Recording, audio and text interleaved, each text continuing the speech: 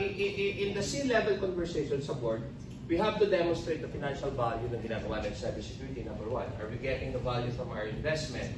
Shrinking the attack window, AIML, again, adoption. Business growth demand, mag-expand ba tayo, etc. And regulatory, of course, kayo bangko, heavily regulated din kayo. So yan yung mga challenges na sinasabi nila na meron tayo ngayong 2024 cybersecurity. I don't know if you're experiencing now. Now, ito yung gusto ko i-discuss. Nililink natin yung cybersecurity to business outcome. Kasi lagi ang tingin nila cybersecurity, CAPEX kayo. Dati ka naman Ako nagpe-present kay MVP dati sa mga modernization namin cybersecurity. Ang tingin sa amin talaga CAPEX center. Gastos kayo ng gastos cybersecurity. Dami-dami pinagbibili. Mga ganun, magagalit sa iyo mga boss. No? But yung positioning naman namin that time is that, instead you foresee cybersecurity as a CAPEX center, maybe twist around the angle and the mindset of the management that, cybersecurity is a business enabler, number one. And number two, instead of thinking of it as a CAPEX center, it is actually a revenue protector. Gaya na sinabi ko kanina, if and when a successful breach happen to you, right, matatamaan yung reputation mo, mababa yung stocks mo, may tama eh. So, think of it as a revenue protector. So yan, partner with the business, enable development, yan, AI na naman, nabanggit na naman yung AI. Of course, sa bangko, innovation, inuunan niya yan, di ba? So dapat yung mga first to market, yung mga digital capabilities, siguro tinitingnan nyo rin yan. Ano yung mga pwede nating offer sa mga kliyente natin sa bangko? So innovation, part of it. Next, ano yung next business outcome? Of course, revenue growth. That naman tayo, we are measured on revenue, di ba? So yan, yung expansion nyo, M&A, di ba? So business-centric cybersecurity architecture.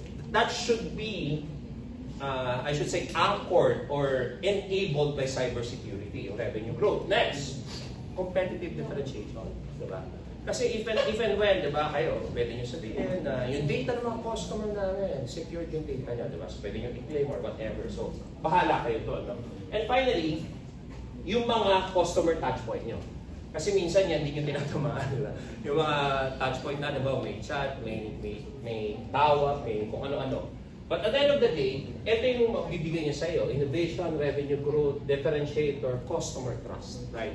If you look at it on a business perspective. Okay, so what's stopping us from getting there? Yan, speed, scale, scope, di ba? So yan, again, AI na naman yan. Pati dito sa phishing, ginagamit na rin yung AI. And finally, deepfake, no? So, hindi ko na i-discuss yan.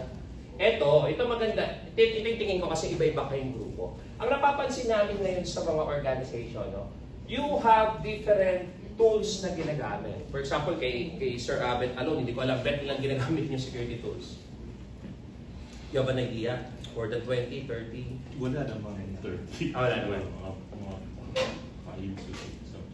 Kami, for example, PLDT, nandun ako, mga 50 kami, 50 plus security tools. Security tools pa lang. Network side, sir. Ilang tools ang gamit mo sa network? Ako, may visibility ako ngayon sa enterprise, sa network. Ang dami naming tools, yung pinakita ni, tawag dito, Robert na knock namin.